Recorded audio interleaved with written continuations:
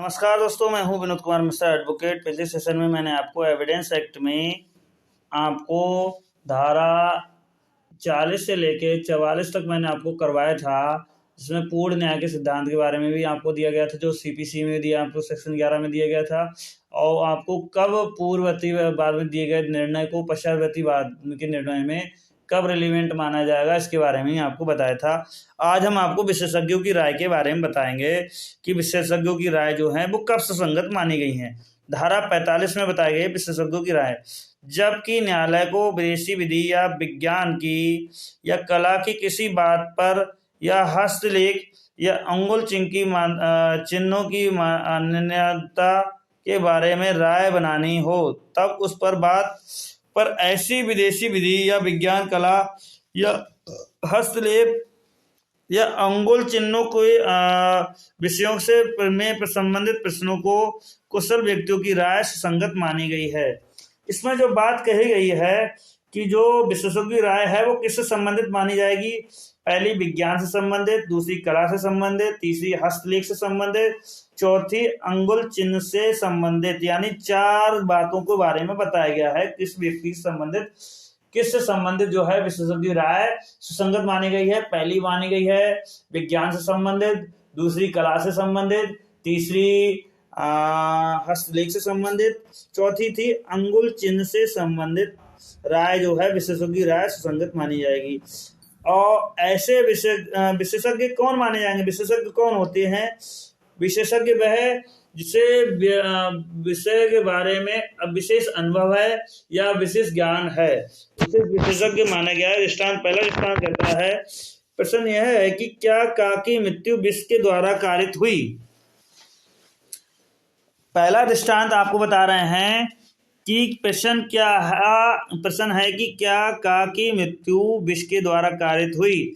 इसमें विष के बारे में अनुमान जो है वो धारा 45 में सुसंगत माना जाएगा। विष का प्रकार कैसा है, विष देने के लक्षण कैसे हैं, उसके बारे में विशेषज्ञों की राय है वो सुसंगत मानी जाएंगी अकॉर्डिंग टू 45 के। ठीक है। सेकंड दृष्टांत है बी। प्रश्न यह है कि क्या अमुक कार्य करे के समय चित्त विकृति के कारण उस कार्य की प्रकृति या वह जो कर रहा है वह कार्य दोषपूर्ण है या विधि विरुद्ध है, जानने में असमर्थ है। इस प्रश्न का विशेषज्ञों की राय सुसंगत है कि क्या अमुक व्यक्ति के लक्षण जो है वो चित्त विकृति के समान हैं या नहीं। इसके बारे में जो राय जो होगी वो दोषपूर्ण राय के बारे में जो है राय है वो धारा 45 में सुसंगत मानी गई है। प्रश्न अगला दृष्टांत है, प्रश्न क्या है, अमुक दस्तावेज का द्वारा लिखी गई थी। तो एक दस्तावेज पेश की जाती है जिसके द्वारा लिखा जाना साबित और स्वीकृत है, तब इस प्रश्न पर विशेषज्ञों की राय सुसंगत है। क्या दोनों दस्तावेज एक ही व्यक्ति द्वारा लिखे गए हैं या भिन्न व्यक्ति द्वारा लिखे गए हैं, तब ऐसे रायों को जो है वो सुसंगत माना गया है। अब सेक्शन 45A, जिसे सन 2000 में जोड़ा गया था। जब कोई कार्रवाई न्यायालय के में संरचित चल रही है तो कंप्यूटर स्रोत में सूचना या इलेक्ट्रॉनिक अंग के रूप में अपनी राय बनानी हो तो इलेक्ट्रॉनिक साक्ष्य परीक्षक की राय सुसंगत मानी जाएगी। इलेक्ट्रॉनिक साक्ष्य परीक्षक की राय सुसंगत मानी जाएगी। स्पष्टीकरण दिया गया, इस धारा के प्रयोजन में इलेक्ट्रॉनिक साक्ष्य के लिए परीक्षक एक विशेषज्ञ होगा। यानी इलेक्ट्रॉनिक साक्ष्य जो प्रस्तुत किए जाएंगे उसका जो परीक्षक है वो विशेषज्ञ माना गया है। इस धारा को 2000 में जोड़ा गया था। अब धारा 46 की बात करते हैं, विशेषज्ञों की राय से संबंधित तथ्य। वे तथ्य जो अन्यथा सुसंगत नहीं है सुसंगत होते हैं यदि वे विशेषज्ञों की रायों का समर्थन करते हैं और उससे असंगत हो जबकि ऐसी राय सुसंगत हो। 46 में विशेषज्ञों की राय से संबंधित तथ्य दिए गए हैं कि वे तथ्य अन्यथा सुसंगत नहीं है या सुसंगत होते हैं यदि वे विशेषज्ञों की राय का समर्थन करते हैं। ठीक है। अगला हम आपको बताते हैं प्रश्न, दृष्टांत इसका ले लेते हैं। दृष्टांत यह है बी। दृष्टांत जो प्रश्न यह है कि क्या बंदरगाह में कोई बाधा अमुक समुद्र भित्ति से कारित हुई।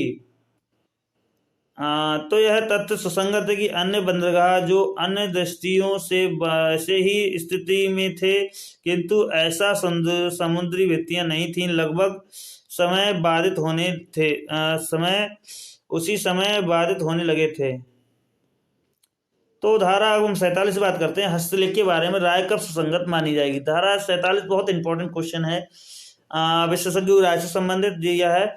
हर जब न्यायालय को राय बनानी हो कि कोई दस्तावेज किसी व्यक्ति ने लिखे हस्ताक्षरित किए हैं, तब उस व्यक्ति की राय सुसंगत मानी जाएगी जो उस लेख से परिचित हो, या उस व्यक्ति की राय सुसंगत मानी जाएगी जिसने उस हस्तलेख को लिखते हुए देखा। ठीक, अमुक से परिचित किसी व्यक्ति की राय उस व्यक्ति की राय लिखित द्वारा लिखी गई है, हस्ताक्षरित की गई है अथवा लिखी हस्ताक्षरित नहीं की गई है, सुसंगत मानी जाएगी। स्पष्टीकरण में दिया गया है, कोई व्यक्ति किसी अन्य व्यक्ति के हस्तलेख से परिचित तब कहा जाता है जब उसने उस व्यक्ति को लिखते हुए देखा, जबकि उस समय उसके द्वारा प्राधिकृत के अधीन लिखित या किसी व्यक्ति को संबोधित कोई उत्तर में उस व्यक्ति द्वारा लिखी गई तरह वस्तु को वाली दस्तावेज प्राप्त की है, जब कारोबार के मानवीय क्रम में उसके द्वारा लिखी गई है या दस्तावेज के उसे बराबर में रखी जाती है। जब जो है कंपेयर किया जाता है तब माना जाएगा कि हाँ उसके द्वारा लिखी गई है नहीं लिखी गई है। यहाँ पर स्पष्टीकरण में परिचित के बारे में बात कही गई है कि जो हस्तलेख के बारे में राय कब सुसंगत मानी जाएगी। हस्तलेख की राय तब सुसंगत मानी जाएगी और तब मानी जाएगी जब परिचित द्वारा ऐसी राय रखी गई हो, हस्तलेख से परिचित व्यक्ति की राय रखी गई हो। अब बात स्पष्टीकरण में आती कि परिचित व्यक्ति कौन है। परिचित व्यक्ति वह है जिसने उसे लिखते हुए स्वयं देखा है या किसी दस्तावेज के प्रति उत्तर में उसने प्राप्त किया है या किसी कारोबार के मामूली अनुक्रम में इसके द्वारा लिखित हुई प्राप्त हुई है या रखी गई हैं। ठीक है, अब बात आते हैं 47 ए में। 47 ए को जो सन 2000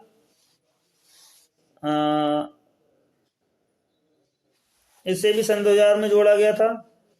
अब धारा इलेक्ट्रॉनिक हस्ताक्षर के बारे में राय कब सुसंगत होगी। इलेक्ट्रॉनिक प्रमाण पत्र कर्ता के बारे में बात कही। प्रमाणकर्ता प्राधिकारी की राय जारी करने वाले की राय सुसंगत मानी जाएगी। इलेक्ट्रॉनिक हस्ताक्षर के बारे में बात करी गई है। इलेक्ट्रॉनिक हस्ताक्षर के बारे में राय जो है प्रमाणितकर्ता द्वारा प्राधिकारी है उसकी राय सुसंगत मानी जाएगी।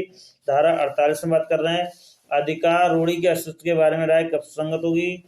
धारा 48 अधिकार या रूढ़ी के अस्तित्व के बारे में राय कब सुसंगत होगी। जब न्यायालय को किसी साधारण रूढ़ी या अधिकार के अस्तित्व के बारे में राय बनानी हो, तब ऐसी रूढ़ी अधिकार के अस्तित्व के बारे में उन व्यक्तियों की राय सुसंगत होगी जो यदि उसका अस्तित्व होता है तो संभाव्य उसे जानते होते। मतलब उन व्यक्तियों की राय सुसंगत होगी जो उसके अस्तित्व होता तो संभवतः उसे जानते होते। इस पर साधारण रूढ़ी के अधिकार के अंतर्गत ऐसी रूढ़ियां अधिकार आते हैं जो व्यक्तियों को काफी बड़े वर्ग के लिए सामान्य है। मान लो एक सामान्य समूह में हम देखते हैं शादी के टाइम हमारे 7 विवाह का प्रचलन बहुत चला है। 7 फेरों का प्रचलन बहुत प्रचलन में है, इसलिए हम वो 7 फेरे जो हैं 7 वचन 7 फेरे को जो है प्रथा के रूप में हम मानते हैं, जो कानूनन रूप से मान्यता भी प्राप्त है। अब सेक्शन 49 की बात करते हैं। प्रथाओं सिद्धांतों के बारे में राय कब सुसंगत होगी। जब न्यायालय को मनुष्य के किसी निकाय या कुटुंब की प्रथाओं और सिद्धांतों के किसी धार्मिक खैराती प्रस्थानों के संविधान या शासन के या विशिष्ट जिले या विशिष्ट वर्गों के लोगों द्वारा प्रयोग में लाई जाने वाली पदों के बारे में राय बनानी हो, तब ऐसे संबंधित ज्ञान के विशेष ज्ञान रखने वाले व्यक्तियों की राय सुसंगत मानी जाएगी। 49 में बताया गया प्रथा सिद्धांतों आदि के बारे में राय किसकी सुसंगत मानी जाएगी, तो उसमें विशेष सघन ज्ञान रखने वाले व्यक्तियों की राय सुसंगत मानी जाएगी।